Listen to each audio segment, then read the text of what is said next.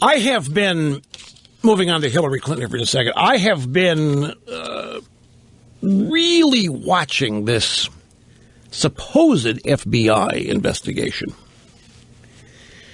And with the news that we had yesterday, I mean, this has been serious now for a long time. And we only know what's been leaked. But what we know, we're pretty confident is accurate because of the number of places from which it's come and the credibility of many of the people who've seen the data, among them Joe DeGeneva, who everybody knows Joe DeGeneva. He doesn't make things up. He doesn't exaggerate. I mean, he can be a political partisan, but he's right down the middle when it comes to law and order, and he was one of the first credible people to start talking about the voluminous evidence the FBI is collecting. 150 FBI agents tracking down Mrs. Clinton and her email server and whether or not she was trafficking in classified information. And we had the news yesterday that the Inspector General looking into this had informed the intelligence committees in the House and Senate just how bad this is. That she was openly trafficking in super top secret information that's even beyond top secret in its classification. And then we learned that Mrs. Clinton's other server, not the one in Chappaqua, but another private server, had a satellite client at the Clinton Crime Family Foundation. So essentially, whatever was on Hillary's server there was accessible by Bill Clinton and other people, presumably at the Clinton Foundation.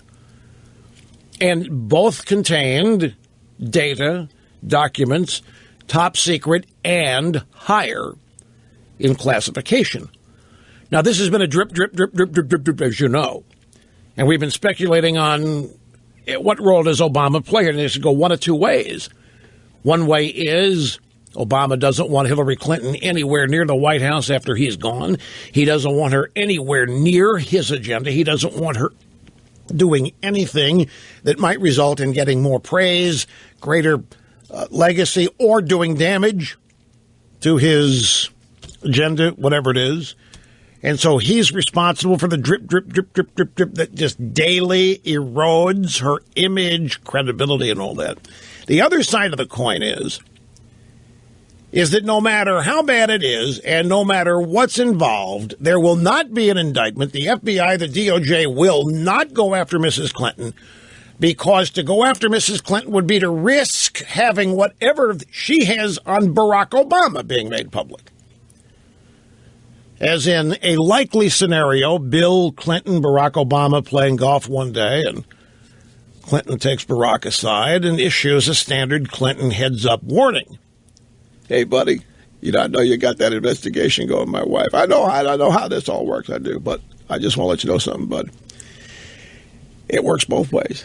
And something comes out of this, I guarantee you, we got some stuff on you. I just warn you, Barack. I mean, you can go one of two ways. You just keep going, status quo, nobody knows nothing, or we can blow it up. It's totally up to you. So those are the two scenarios. But over here, outside all of that, is the FBI. The FBI, I don't care who's in charge of it. I don't care at what point in history you're discussing the FBI. The people there will not put up with any allegations, accusations, thoughts that they have become corrupted. And this is the thing that has made me wonder what really is going to happen here. There's even a story at thehill.com about this today. And they really get to the nuts and bolts of it. A couple of pull quotes. It's now undeniably clear that the results of the FBI investigation will be the end of one of two things. It'll either be the end of Hillary's bid for the White House or it'll be the end of the legitimacy of the FBI. at least when it comes to prosecuting cases on the mishandling of classified material. In other words, if you have worked with classified material for more than a day, it seems highly implausible someone could receive any of this aforementioned over an unsecure medium without alarm bells sounding. However, reading about a special access program on an unclassified device would make anyone even remotely familiar with intelligence mess their pantsuit, meaning the FBI has got to make a decision. If they don't indict, they are forever going to be thought to be corrupt. And do they want that? Do the people at the FBI, James Comey, I don't know James Comey. I only know people. He was a top lieutenant for John Ashcroft when he was the Attorney General. And Ashcroft had just tremendous respect across the board from people. I can't believe what I've heard about James Comey, that he wants any part of any possibility that people would begin to think the FBI has been corrupted. So if they don't, if with all these leaks and all of this data, all of this news that apparently has been gathered about Mrs. Clinton, the investigation, which many people think should have resulted in an indictment months ago, if there isn't one, Jennifer talks about the people inside the DOJ and the FBI who would revolt if there isn't an indictment or something happening toward Mrs. Clinton because of the nature of the evidence, the overwhelming volume of it.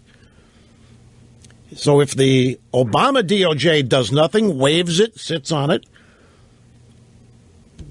then the obvious question that's going to be asked is, has the FBI become corrupted? And don't forget this.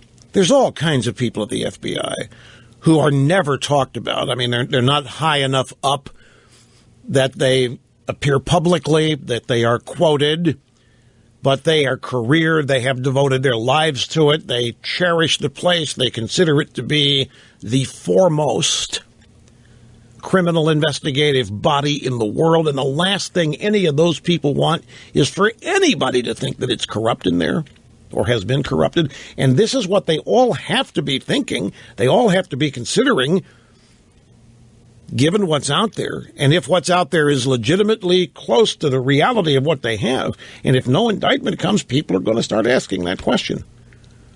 And that's why thehill.com here, one of two things is going to happen. Either Hillary's bid for the White House gets interrupted here, or the legitimacy of the FBI is going to be called into question. And do you think the FBI and all the people working there want to have their legitimacy questioned? I mean, the FBI is going to continue to exist and fight crime after all of this.